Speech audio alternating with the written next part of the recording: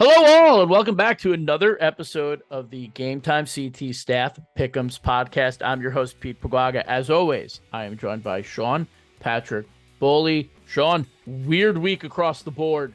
Not a lot of people did well. Some did really poorly. And yet, you and I, right in there, still in the mix. Yeah, thank God. I actually thought I did better. Usually I think I do bad. Every week I think I don't even want to look at it. Right. And then you're like, oh, you're okay. You're only 7-3 or 8-2. Oh, this week I'm like, I was sure I picked Shelton over North Haven. I'm like, I got this one. Next thing I know, I mean, geez, what was I? I was 6-4. Oof. It was a tough week. Last week was tough. Well, that's the crazy thing is we went through it. I looked at the board and we all selected a lot of the same stuff, right? A lot of us picked Massac. A lot of us picked West Haven. A lot of us picked Maloney, Thames River, Seymour, right? Seymour lost. A lot of us picked Stafford. Stafford lost. Everyone picked North Haven, but 3 people. North Haven lost. 4 people picked Notre Dame Fairfield. Everyone else picked Massac. Massac lost.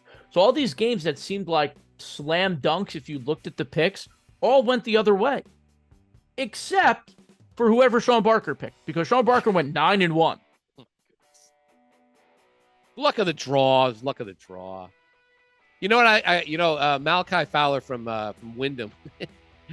He goes, I was shocked you guys. So many guys picked for us. He was like, we thrive as the underdog, and everybody. You had half the field picking for us. I'm like, my answer to him was, we picked your game. It was crazy, though. I had to go back and look. Okay. I mean, you picked Shelton, and you had your reasons on this show. Yeah. Sean Barker picked Shelton because he grew up in Shelton. There was no rhyme or reason to his selection there. Like the secretary in March Madness. Yeah, but he also picked Notre Dame Fairfield. So he had a great week. He went 9-1. Scott Erickson went 7-3, and then everyone else went 6-4, 5-5.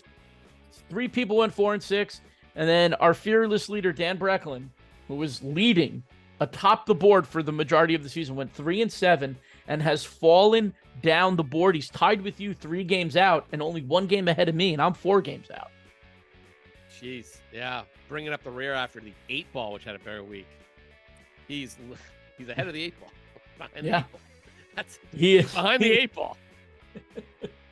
So overall, Sean Barker now jumps to the top of the board.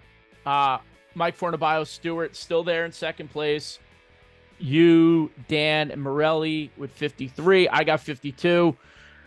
Couple of 51s in terms of right questions. Meyer, Chris McNamee, and the 8 ball still under 50 correct answers. So they're going to have a long way to go. But we're getting to that point of the season. There's some hard picks on this board. Some rivalry games, some emotional games, some good matchups, some not so good matchups that we're still going to have to pick. We try to spread the love. Then, obviously, Thanksgiving week has 20 games. The week before Thanksgiving, we still pick. That's 10 games. There's only 10 games on the board. So, those games are not going to be easy. And then, obviously, Thanksgiving, we pick 20 games. So, it's still kind of wide open. So, it is very wide open. Yeah. All right, so let's just dive in, Sean. You ready to go? Let's go into week 9 of the Pick'ems. All right, we're going to start at the top at the CCC. We got Maloney. They're back on the board. They're 6-1, going to Fontana Field to play Southington. Southington's 5-2. These teams have played the last 2 years. Southington won at home. Maloney won at home. It's at Southington. This game last year was an instant classic. We were both there. Double overtime, I believe. Maloney won, took over the number 1 spot. Game-winning field goal by Josh Scaramuzza. It was also the coming out party for Dante Kelly, who I remember you and I drove home together, and we both looked at each other and were like, who the heck is that number 2? He is an all-state player. But, Sean, I'll let you go first. Does Maloney win again, or does Southington kind of get back into the race there and double L with a win here? Oh, man. Rashard Williams and CJ De Benedetto. I mean, Southern's really, I feel like they're really itching to get this game, especially if they got it last year. They feel like everyone's kind of overlooked them a little bit, lost a Hall, just kind of a tough at their home field in front of their home crowd. I wouldn't be shocked to see the Blue Knights win this game. However, I'm going to hedge my bets by saying Maloney. I'm picking Maloney to win this game because, look, like you just said, he's one of the best players in the state. Case closed. Pete. Yeah, I'm going to go with Maloney as well. I do think they are one of the best teams in the state. I think they're the favorite in L. And if I had to put my ballot in for Player of the Year right now, I'm picking Dante Kelly. And when you have the best player on the field, it gives you an advantage. I think this is going to be a great game, though. You mentioned Benedetto, Williams, Anderson, Flynn. They Flynn got guys. Yeah. They're playing well, but Maloney is just mowing down opponents. They're just mowing down opponents. All right, off to the CTC. We got Bullard Havens at 5-2, going to Meriden, another Meriden school on the board. Wilcox Tech is 3-3. Wilcox Tech, they are playing for the love of the game. There's no playoff hopes for this program. They are not going to the playoffs no matter what because they chose to keep the Wilcox Tech, Caner Tech co-op together. Bullard Havens on the road there. I think they're a good program, and I think that they're playing well. I think they had a great season last year, obviously not going to the playoffs this year, but I still think that they are a competitive program in the CTC. That said, I'm going to go with Bullard Havens. Derek is doing such a great job there. That co-op is one of the best in the CTC, and I think they show it this weekend. Sean, who do you got? Yeah, I'm going with Bullard. Bullard Colby. I don't see them losing this game, especially after Wilcox Caner Tech got beat up by Northwest United last week, and I think Bullard Havens maybe not quite at NW's level. And didn't they play? No, they have. They did. They lost by a touchdown. So they're at that level. All right, it's going to the ECC. You get to pick this one first. We got Guilford. We got Griswold Wheeler at 6-1, going on the road to play Stonington, who is 6-1. You saw Stonington this past weekend. You are Mr. ECC, so you get to go first. Oh, jeez, thanks. Oh, well, look, just kind of pump Stonington up a little bit. Patrick McGugan is a dude. He's a big D-end and a good receiver or tight end. Good looking player. I mean, I guess the family's pretty big out that way. Obviously Giancarlo, the quarterback, that can make some plays, and they got some guys. It's a pretty good team. They lost a tough one against Wyndham last week. Griswold Wheeler is kind of a conundrum, but they have been playing ridiculous defense lately. Granted, not against the greatest teams. Last week they allowed 23 to Waterford. They smoked them 54-23. Week before, Ledyard 49-20. They've been just lights out recently, and I kind of get the feeling right now that Stonington, a little snake bit. They've had a good season too, but I look at some of their games, they give up a lot of points in those games. Same type of teams. Maybe it's a little different, but I'm kind of feeling like Griswold Wheeler has got this one. That's going to be at Stonington, tough spot. But I'm going to go with Griswold Wheeler here. Pete. Ooh, I thought you were going to go with Stonington because you were up there. You wanted to go see them, obviously. You do like Griswold Wheeler here, but you know what? I'm going to go with the Bears. I like Stonington here. I think it's a great story this season, but I think this is going to be a really good matchup in the ECC. All right, we're going to go to the FCAC. Trumbull, 3-4. Not a great season at all for the hometown team. They're going to Staples, 6-1 Wreckers. This game's it's been a classic the last two times that they've played. Obviously, Mars Petrosio going back and coaching at Staples in 2021. Trumbull lost on a walk-off pick six, or close to a walk-off pick six. And then last year they play at Trumbull. Staples goes up early. Trumbull comes all the way back. Tyler Clark with like a 70-yard touchdown in the final set, the final minute to put the game away. This game has been a classic. All the last two times that they've played, it's been an absolute classic. So I put it on the board. Much as I want to pick Trumbull, they've burned me every single turn this season. So I'm not even going to get into it. I'm going with Staples. Not even a second thought for me that I'm going with Staples. Sean, who do you like? Yeah, I'm going with Staples too. The house that Mars built, the field's called Paul Lane Field, but Mars just got all the state champions. Let's not forget that. But this has been a house of horrors for him ever since, and especially you mentioned that one game pick six. Tough spot here. Trumbull just really struggling. Would I be shocked if they won this game somehow? No, I wouldn't. They're not going to though. Cam Smith just I'm going to go with the Rams. I thought this game I had circled at the beginning of the year of a must attend. I will not be. All right. Going to the NVL, we have a Waterbury rivalry game. We got Kennedy coming in at 3-4. Kennedy is Sean Bowley's best friends at this point. They are playing Wilby 0-7. Sean, you get to go first on this one because Kennedy loves you. So please take this chance to make amends with Kennedy. Mea culpa, guys. I kind of, what did I say? Torrington was just looking to move up the chain. I think I said in the guide. And then we got I think we got an Instagram DM saying like, or we got a notification saying that they shouted us out, dancing, showing my little words, throwing my words back at me. Good job by Kennedy. And listen, 3-4 versus 0-7. I'm going to go with the 3-4 team. And picking Kennedy to get the 500. I said in the guide last week, they have a shot to have a winning record 10 this season. Will that get them in the Class AA playoffs, DBA? But yeah, I'm picking Kennedy. All right. I, too, am going to go with Kennedy, but I like a nice little city rivalry game. All right, going to the Pequot. Granby Canton on the board again. I mean, this schedule that they have is really hard, not only in their division, but the crossover in the Pequot has been, they had North Brantford. Now they get Cromwell Portland, who comes in at 5-1. Cromwell Portland just kind of under the radar. No one's really talking about them in Class S. No one's really talking about them in the Pequot. They're just kind of sitting there. And they got dudes, obviously, Emeka Yearwood. Randall Bennett is still a phenomenal coach.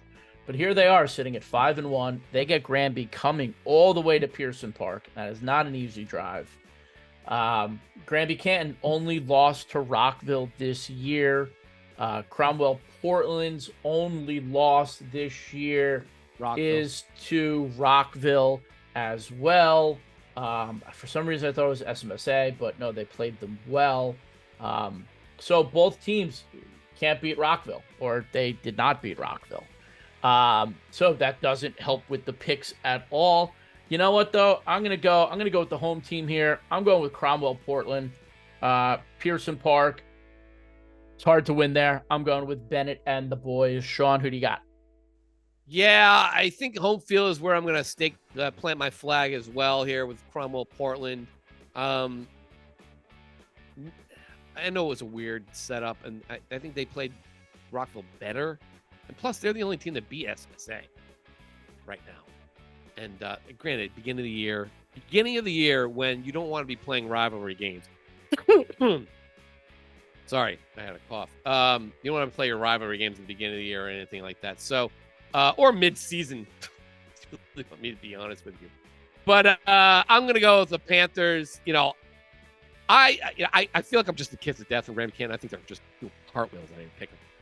So, hey, listen, go prove me wrong, guys. And throw it back at me. I don't care. It's been done before. Speaking of kisses of death, we are going to go to the SEC where 7-0 Cheshire is heading to Vanacore Field to play 5-2 North Haven. And I feel like maybe 20 years ago? Is that when they played? Yeah. 30 years ago? 96. Yeah. 96. Ooh, might be 30 years ago soon. But, I feel like every time North Haven's on the board, I always just pick this game wrong. I don't know. I can't figure it out. But Sean, luckily you get to go first on this one. This is Cheshire's second big test this year. Shelton was the big one. They beat Shelton in overtime. Shelton just beat North Haven. The Rams are rolling. The defense is on fire. If Matt Jeffrey is playing in this game. Yeah. Where's Matt Jeffrey? Inquiring minds want to know. Last year, I think, was even Jeffrey there? Last year, North Haven won this 10-0. If you recall. That was at Cheshire, and remember, that was kind of like the final death knell. Cheshire kind of spiraled. That was the first of 3 losses in their final 4 games for Cheshire after they'd started the season, 6-1, and this started sending them on the spiral. Now they go to Vanacore Field. North Haven really hasn't been able to play there much this year. Remember, they had to forfeit. They're supposed to play there. And, they've been, at West Haven, big game, at Shelton, big game. Now they come home, and looking to kind of like, get their mojo back after some tough ones for Shelton. You know what? I'm going to go with North Haven here. I'm saying they're beating Cheshire. How about that? I went with against North Haven last week. The week before, I went against North Haven, got burned, but I doubled down and won. Now I'm putting my faith into the Nighthawks. I feel like North Haven is winning this game, Pete. Thank you for letting me go first so I can steal your thunder. I don't know what to do. Like, I actually have no idea how to pick this game. Because I'm sitting here and I'm like, the Shelton kids were all mad at me last week because I didn't pick them, and they won. And I'm like, well, you don't want me to pick you because I'm clearly very bad at this, right? So I'm sitting here, I'm like, well, do I pick North Haven because I think Cheshire's going to win, or do I pick Cheshire because I think North Haven is going to win? Because either way, I'm getting this game wrong. So I don't know what to do. Like, I'm not going to sit here and make some big statement that's going to get me in trouble. I don't know who to pick in this game. So I'm going to go, and I am going to... No, I'm just going to pick Cheshire because they're 7-0. They're number 2 in the state. They beat Shelton in overtime. Shelton beat North Haven. I'm being very boring. I understand that. That's no. Here's what I think. I think North Haven's offense is going to give Cheshire tons of... That's it. You know, it just does. Their defense is great, Cheshire. Now, but that's against like the spreads and the Sheltons, you know, of the world and stuff, and the traditional stuff. This is a little. I mean, listen, I know they're going to be playing great. I know they're going to score their points, and North Haven's going to play keep away. It's just a matter of whether they're going to stop them. I'm going with North Haven. You know what? I'll make this. Evan Russo, man, he's going to get in the backfield. Jack Brewster, he's going to be all over the place. They are going to. The ball. They are going to. Who's throwing the ball? They are going to be able to get off the field. My thing is with those guys is like, are they gonna get in the backfield? Who are they sacking? Oh, not sacking, but they're not letting them get 4 yards a clip like West Haven did. They're gonna get off the field. Shelton could. Shelton did it. Fair enough. Listen, you know, North Haven could have beat Shelton too if it wasn't for one David Dodger-Litka. So. True, but North Haven also punted a bunch. I got great footage for Adam Pandolfi if he wants to repeat as the All-State punter. Oh, he was punter last year. Yeah, he was All-State punter for us. He's a great player. Oh, but, all right. But I think Chester's going to be able to get off the field. All right, we got 3 more. We're going to the SWC. We got 0-7 Stratford going on the road to play 1-6 Bethel. Now, you might say 0-7, 1-6. Like Bethel, their win is against Plainville.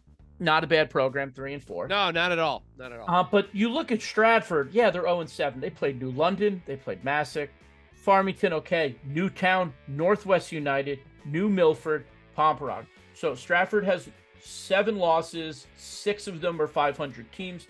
Bethel has 6 losses, 2 of them are 500 teams. I know who I'm gonna pick in this game, and I'm going with the Red Devils of Stratford. I'm going with the school that molded the mind of one Joe Morelli. Sean, who do you got? Man, these teams have not. Looking at the thing, these teams have not played a lot in the last few years, which is kind of mind-boggling. Last year, Stratford beat them 30-8. The time before that was 2016, and Stratford lost 20-14.